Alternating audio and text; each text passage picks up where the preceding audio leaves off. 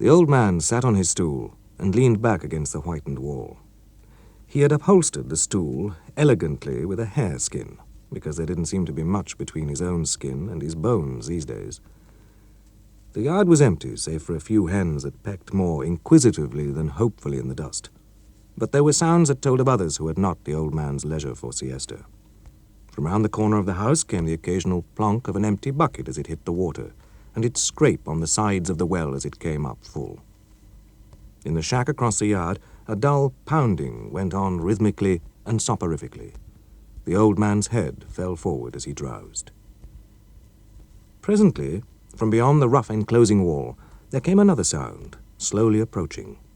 A rumbling and a rattling, with an intermittent squeaking. The sound drew closer, and a boy's head showed above the wall. He grinned at the old man with an expression of excitement in his eyes. He did not call out, but moved a little faster until he came to the gate. There he turned into the yard, proudly towing behind him a box mounted on 4 wooden wheels. The old man got up suddenly from his seat, alarm in every gesture. He waved both arms at the boy as though he would push him back. The boy stopped. His expression of gleeful pride faded into astonishment. He stared at the old man who was waving him away so urgently. Reluctantly and bewilderedly the boy turned, but too late. The pounding in the shed stopped. A middle-aged woman appeared in the doorway. Her mouth was open to call, but the words did not come out. Her jaw dropped slackly, her eyes seemed to bulge, then she crossed herself and screamed. The sound split the afternoon peace. Behind the house the bucket fell with a clatter, and a young woman's head showed round a corner. Her eyes widened. She crammed the back of one hand across her mouth and crossed herself with the other. A young man appeared in the stable doorway and stood there transfixed. The boy stood quite still with all their gaze upon him. His bewilderment began to give way to fright at the expression in their eyes. He looked from one horrified face to another until his gaze met the old man's. What he saw there seemed to reassure him a little, or frighten him less. He swallowed. Tears were not far away as he spoke. "Gran, what's the matter? What are they all looking at me like that for?" As if the sound of his voice had released a spell, the middle-aged woman came to life. She reached for a hayfork which leaned against the shack wall. Raising its points towards the boy, she walked slowly in between him and the gate. In a hard voice she said, "Go on, get in the shed." "But, Ma," the boy began. "don't you dare call me that now," she told him. In the tense lines of her face, the boy could see something that was almost hatred. His own face screwed up, and he began to cry. "Go on," she repeated harshly. "Get in there." The boy backed away, a picture of bewildered misery. Then suddenly he turned and ran into the shed. She shut the door on him and fastened it with a peg. She looked round at the rest as though defying them to speak. Many hours later, there was a tap on the door. A whispered shh. For a moment, Davy saw a square of night sky with a dark shape against it. Then the door closed again. "You had your supper, Davy?" a voice asked. "No, Gran. Nobody's been." The old man grunted. "Thought not. Scared of you, all of 'em. Here, take this. Cold chicken it is." Davy's hand sought and found what the other held out to him. He gnawed on a leg while the old man moved about in the dark, searching for somewhere to sit. "This is a bad business, Davy boy. They've sent for the priest. He'll be along tomorrow." "But I don't understand, Gran. Why do they all act like I've done something wrong?" "Oh, Davy," said his grandfather reproachfully. "Honest, I don't, Gran." "Come now, Davy. Every Sunday you go to church, and every time you go you pray. What do you pray?" The boy gabbed a prayer. After a few moments, the old man stopped him. "There," he said. "that last bit." "Preserve us from the wheel?" Davy repeated, wonderingly. "What is the wheel, Gran? It must be something terrible bad. I know, 'cause when I ask 'em, they just say it's wicked, and not to talk of it. But they don't say what it is." The old man paused before he replied. Then he said, "That box you got there, who told you to fix it that way?" "Why, nobody, Gran. I just reckon it'd move easier that way. It does, too. Listen, Davy, those things you put on the side of it, they're wheels." "What? Those round bits of wood? But they can't be, Gran. That's all they are, just round bits of wood. But the wheel, that's something awful, terrible, something everybody's scared of. All the same, that's what they are. In the morning, the priest will come here to see your box.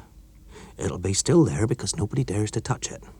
He'll sprinkle some water on it and say a prayer just to make it safe to handle. Then they'll take it into the field and make a fire under it, and they'll stand round singing hymns while it burns. Then they'll come back and take you down to the village and ask you questions. They'll ask you what the devil looked like when he came to you, and what he offered to give you if you'd used the wheel. But there wasn't any devil, Gran. That don't matter. If they think there was, then sooner or later you'll be telling them there was, and just how he looked when you saw him. He got ways. Now what you got to do is act innocent. You got to say you found that box just the way it is now. You didn't know what it was, but you just brought it along on account of it would make good firewood. That's your story, and you got to stick to it.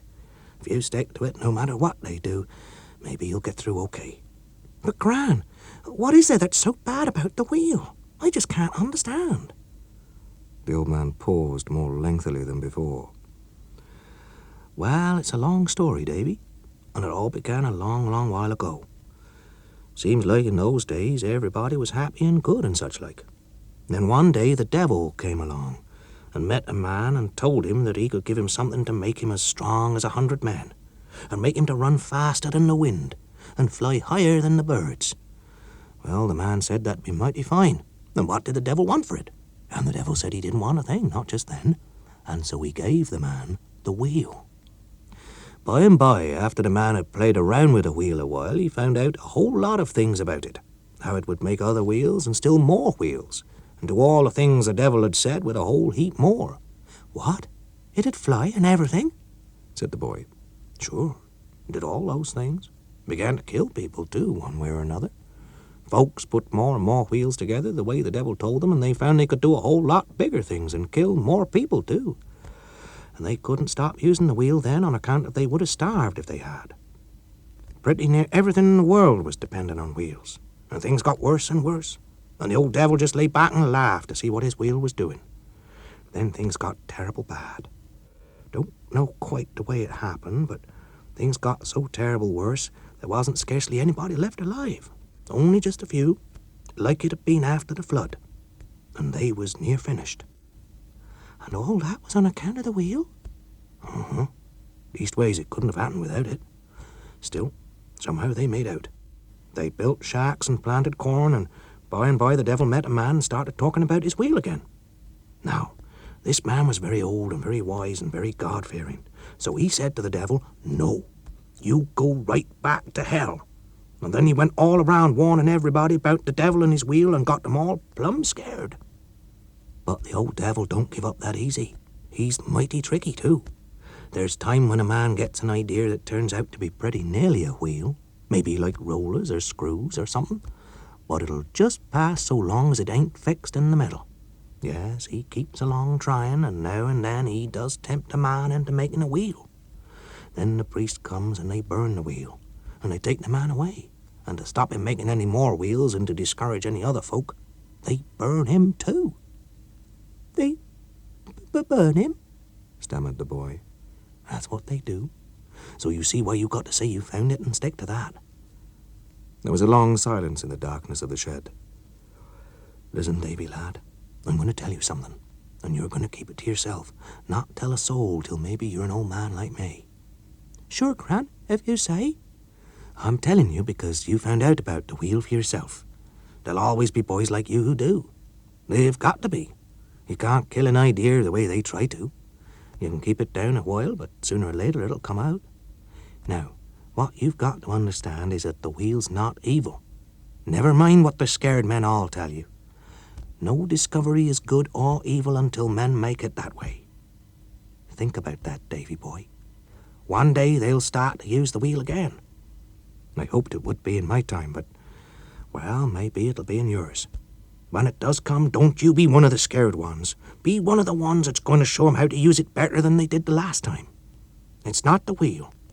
It's fear that's evil, Davy. Remember that.